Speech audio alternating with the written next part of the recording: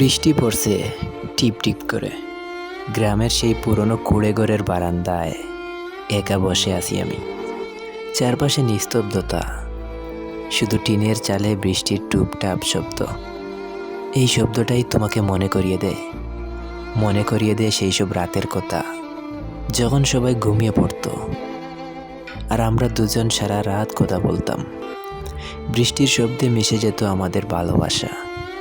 তুমি বলতে, এই টুপটাপ আওয়াজটা যেন হৃদয়ের মতো কোমল আর নরম। আর আমি বলতাম, তুমি ছাড়া এই বৃষ্টি আমার কাছে অসম্পূর্ণ। আজ ঠিকই বৃষ্টি আছে, শুধু তুমি নামক মহারানী আর নেই। আজ আমার ভীষণ মনে পড়ছে তোমাকে।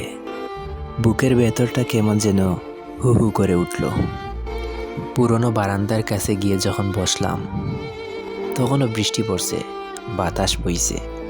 ঠিক তখনই কোথা থেকে যেন একটা নরম কণ্ঠ শুনলাম, আজ সবাই ঘুমিয়ে আছে, চলো আমরা আবার একটু গল্প করি।